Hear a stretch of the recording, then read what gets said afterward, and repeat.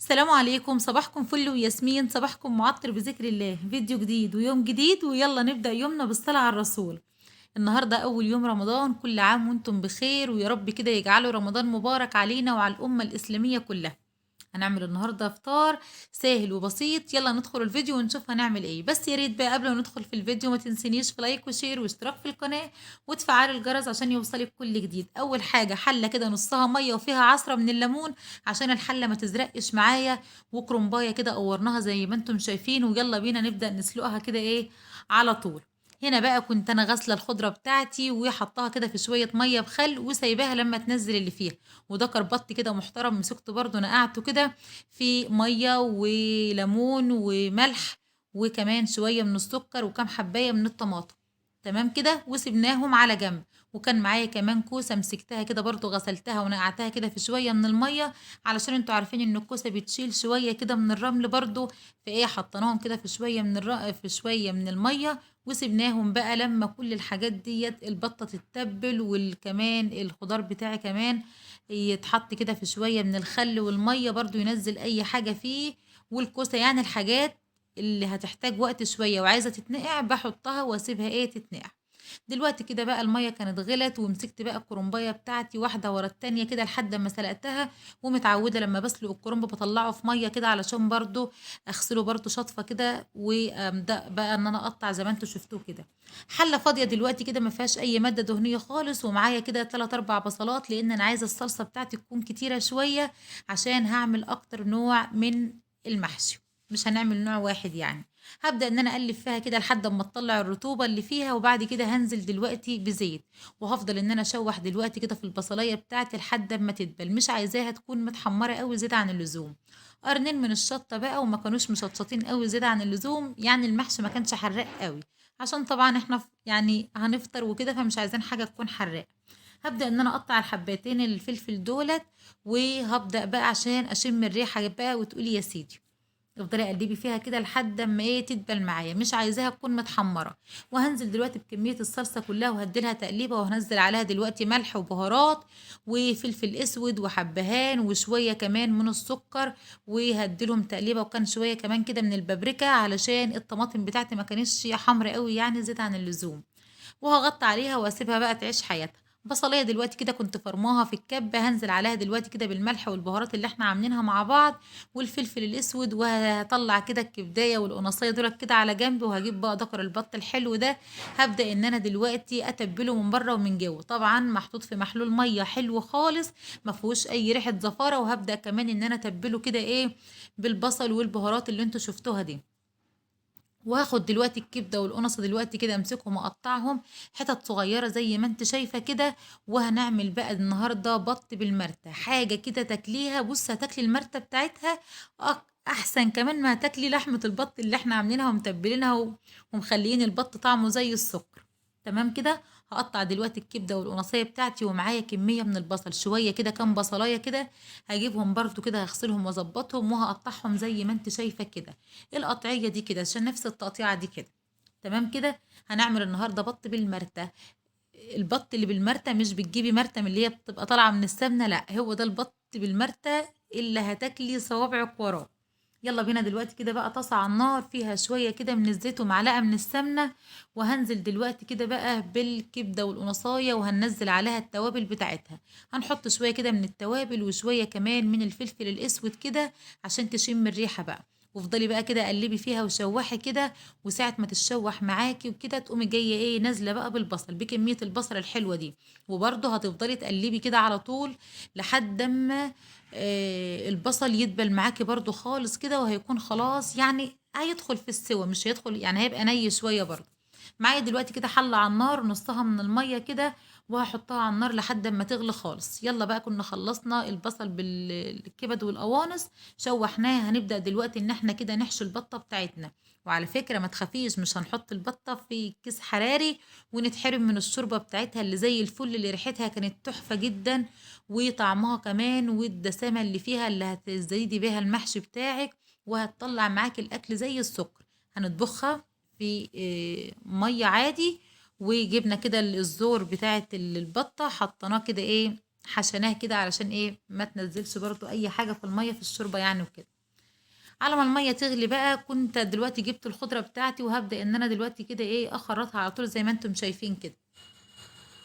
ما توقفيش نفسك على حاجه، يعني اللي تقدري تعمليه على طول اعمليه. كانت خلاص برضو الصلصه بتاعتي كانت خلاص هنا استوت، وهبدا دلوقتي ان انا كنت غاسله الرز غسلها غسله حلوه قوي، هنزله كده عليه، وهبدا على طول ان انا اشوح لحد اما تنشفي الرز بتاعك. الطريقه دي انا معتمداها بقالي سنين، مش بعمل غيرها.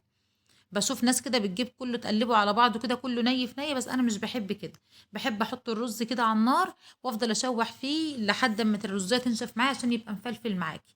وهنزل عليه الخضره، بحب الخضره تكون كتيره شويه. كانت خلاص الميه كانت غلت هنا. هنزل دلوقتي كده بدكر البط الحلو ده، وهنزل عليه كام حبايه كده من الطماطم وكام حبايه من الحبهان. وهغطي عليه بقى لما يعيش حياته كده بقى مع نفسه لحد ما اخلص انا بقيه الحاجات يستوي بقى براحته. كنت خلاص جبت الحلة هنا، وخلاص هبدأ دلوقتي في المحشي. وهبدأ على طول كده احشي بقى ايه المحشي بتاعي. ما اكدبش عليكي مش فضلت واقفة على الرخامة لحد ما اخلصه، لا. عملت كده صورت كده المقطع ده معاكم، وبعد كده بقى رحت جبت بقى الطبلية بتاعتي وقعدت بقى. وكمان هقور معاكم كده كام حباية من الكوسة.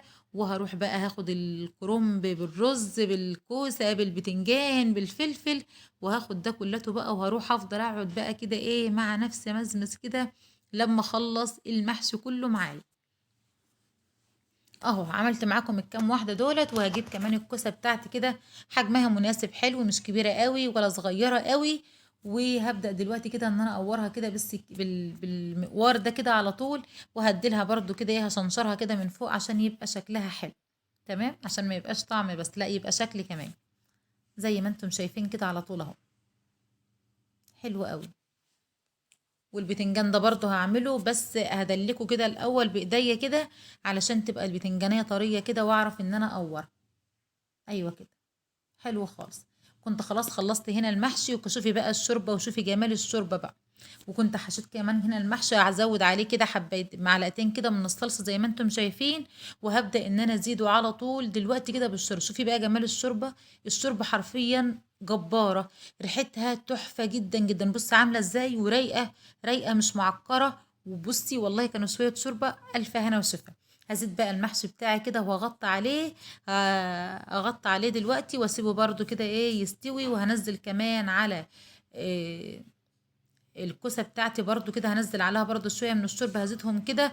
وهغطي برضو عليها وهسيبها اول ما تدخل في السوا، يعني خلاص هتدخل في السوا. هقوم جايه رايحه مدخلاها الفرن، خليها تكمل سوا في الفرن، وادي لها كمان وش كده من فوق. يلا برضو نعمل كده صينيه من الرقاق. معايا هنا دلوقتي شوربة، وجبت الرقاق، ومعايا دلوقتي سمنة، وهنعمل النهاردة رقاق بالزبدة. انا مش عايزه احشيه لحمه مفرومه ولا كبد وقوانص ولا احشيه جبن، ومش عايزه احشيه حاجه خالص. انا عايزه اعمله رقاق بالزبده. هنشوف دلوقتي كده مع بعض اهو. كل رقاقيه والتانيه كده هدهنها كده دهنه من الزبده. هغطسها كده، هغطس الرقاق الاول في قلب الشوربه. وهبدا برضو لو لقيت حته ناشفه كده ولا حاجه تقومي جايه إيه منزله عليها كده معلقه برضو من الشوربة. مش هيجري حاجة خالص. وما بين كل واحدة والتانية هدهنها كده ايه دهنة من السمنة على الزبدة. دي سمنة على زبدة متسيحين. وكمان هنزل دلوقتي كده فوق الوش كده عندي زبدة بقى شارياها كده لسه، يعني دوبك طلعتها من الفريزر. هقطع منها كام قطعة كده اهو زي ما انتم شايفين. وهبدأ على طول ان انا انزلها ايه على الصينية بتاعتنا. الصينيه دي مش قادره اقول لك قسما بالله جبار. دخلتها دلوقتي الفرن، وكان خلاص المحشي بتاعي كان قرب كده ايه ان هو يستوي. يلا بقى نعمل حاجه حلوه. يلا نعمل السيرب الاول. كوبايتين كده من السكر على كوبايتين من الميه. ونص عصره ليمونه كده، نص ليمونه كده همسكها كده اعصرها. وهقلب الكلام ده كده، لو في بذريه ولا حاجه شيليها عشان برضو ايه ما يبقاش فيه حاجه يعني تمرر معاك السيرب وكده. كان خلاص الرواق بتاعي كان قرب يدخل في السوا. وخلاص اهو الرق بتاعي برضو كان خلاص قرب يدخل في السوا. يلا نعمل بقى ايه صينية كده من الكنافة. هدهن كده ارضية الصينية بتاعتي من السمنة على الزبدة. وهبدأ ان انا افرك كده الكنافة دي زي ما انتم شايفين كده على طول. وهدي لها كمان كده رشة برضو من المادة الدهنية اللي معايا اللي هو الزيت على الزبدة.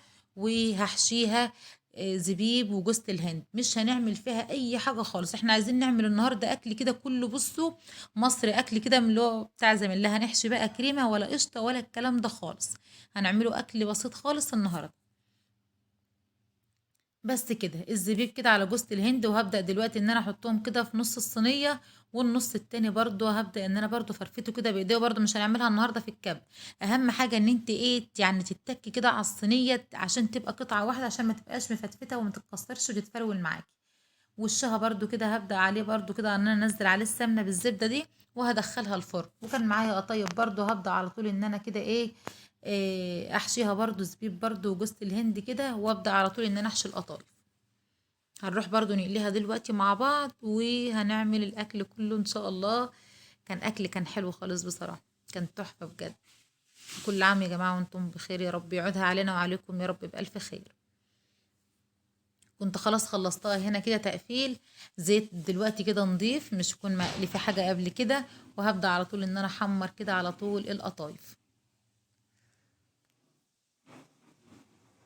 ايوه كده. كان خلاص السيرب كان خلاص بقى حلو خالص. بصوا اطلعها بقى كده، ندخلها ننزلها على طول كده، بس تطلعها على طول عشان تبقى مقرمشه معاكي، ما تسيبهاش فتره طويله يعني. مين يا جماعه ما شافش الفيديو بتاع القطايف اللي انا عاملاه؟ طب والنعمة كان أحلى من ده. يعني دي أنا شارياه، القطايف ديت أنا شارياه. القطايف اللي أنا كنت عاملاها بقى من أولها لآخرها كانت أحلى من دي كمان، وكانت خلاص الكنافة كانت طلعت معايا كده. سقيتها كده بالشربات وكمان زدتها كده.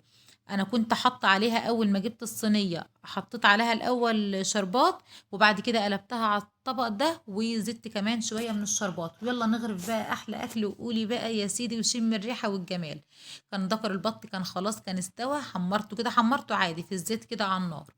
والكوسه كمان كانت استوت، والبتنجان غرفتها كده في اطباق، وحله المحشي كانت استوت برضو معايا كده، غرفناها. والرقاق كمان كنا قطعناه، والكنافه كمان جبناها خلصناها. والقطايف برضو كنا خلصناها كده وحمرناها وغرفنا شوربه وعملنا عصير. كنت عامله عصير مانجا وعصير تمر، وكنت عامله سلطه بس ما صورتهاش ونسيتها في التلاجة، ما اتحطتش غير واحنا بنغرف والله العظيم، يعني بعد ما احنا خلاص بنحط الاكل يعني وكده. وطلعنا عيش قمرناه وحطينا مخلل وفطرنا، وكل عام وانتم بخير. سلام عليكم.